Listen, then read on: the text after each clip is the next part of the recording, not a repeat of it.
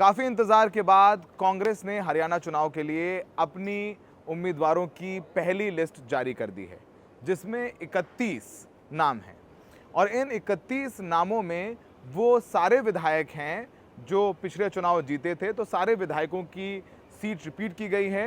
पूर्व मुख्यमंत्री भूपेंद्र हुड्डा गढ़ी सांपला से उम्मीदवार बनाए गए हैं।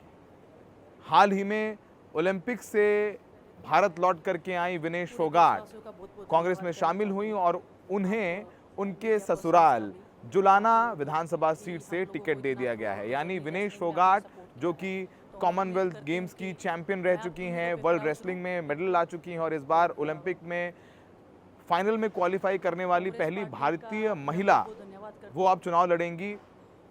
उन्होंने शुक्रवार को ही कांग्रेस का दामन थामा था। इसके अलावा एक बड़ा हार्ट ब्रेक बजरंग पुनिया के लिए ज़रूर है, क्योंकि वो बादली से टिकट मांग रहे थे।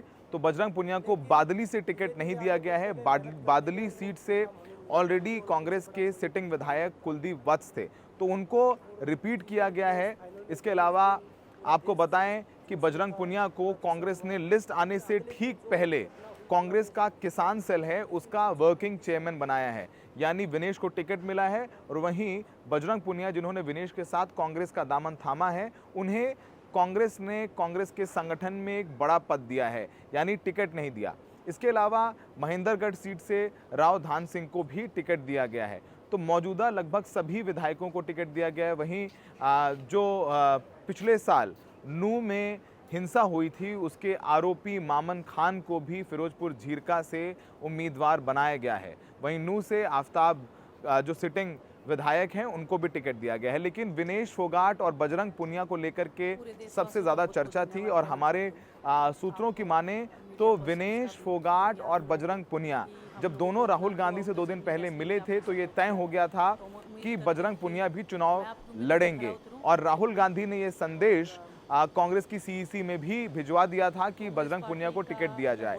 लेकिन हमारे सूत्र बताते हैं कि भूपेंद्र हुड्डा उन्होंने अपना वीटो कर दिया। उन्होंने कहा कि वो विनेश को चुनाव लड़ाएंगे, लेकिन वो बजरंग को चुनाव लड़ाने के लिए बिल्कुल भी तैयार नहीं है। तो बजरंग को चुनाव लड़ाने से रोकने के लिए बहुत विरोध किया भूपेंद्र हुड्डा ने। यहाँ तक कि एक मीटिंग बृहस्पतिवार को हुई रात में, उसमें भी भूपेंद्र हुड्डा ने यहाँ तक कह दिया कि अगर बजरंग को टिकट मिलेगा तो वो उस सीट पर प्रचार करने भी नहीं जाएंगे और वो ठीक नहीं होगा। तो इन तमाम कयासों के बीच आखिरकार बजरंग को मनाया गया, बजरंग को संगठन में एक बड़ा पद दे दिया गया और विनेश को टिकट दे दिया गया। अब चुनाव को लेकर के अब सोचिए कि इतना ज़्यादा नाराज़गी भूपेंद्र हुड्डा की बजरंग पुनिया से है कि जब बजरंग पुनिया को शुक्रवार को कांग्रेस के राष्ट्रीय कार्यालय में कांग्रेस का दामन थमवाया गया तो उस वक्त भूपेंद्र हुड्डा या दीपेंद्र हुड्डा में से कोई भी मंच पर नहीं आया, जबकि विनेश फोगाट से वो बाद में अपने घर पर मिले और उनके साथ अपनी तस्वीर भी जारी की है।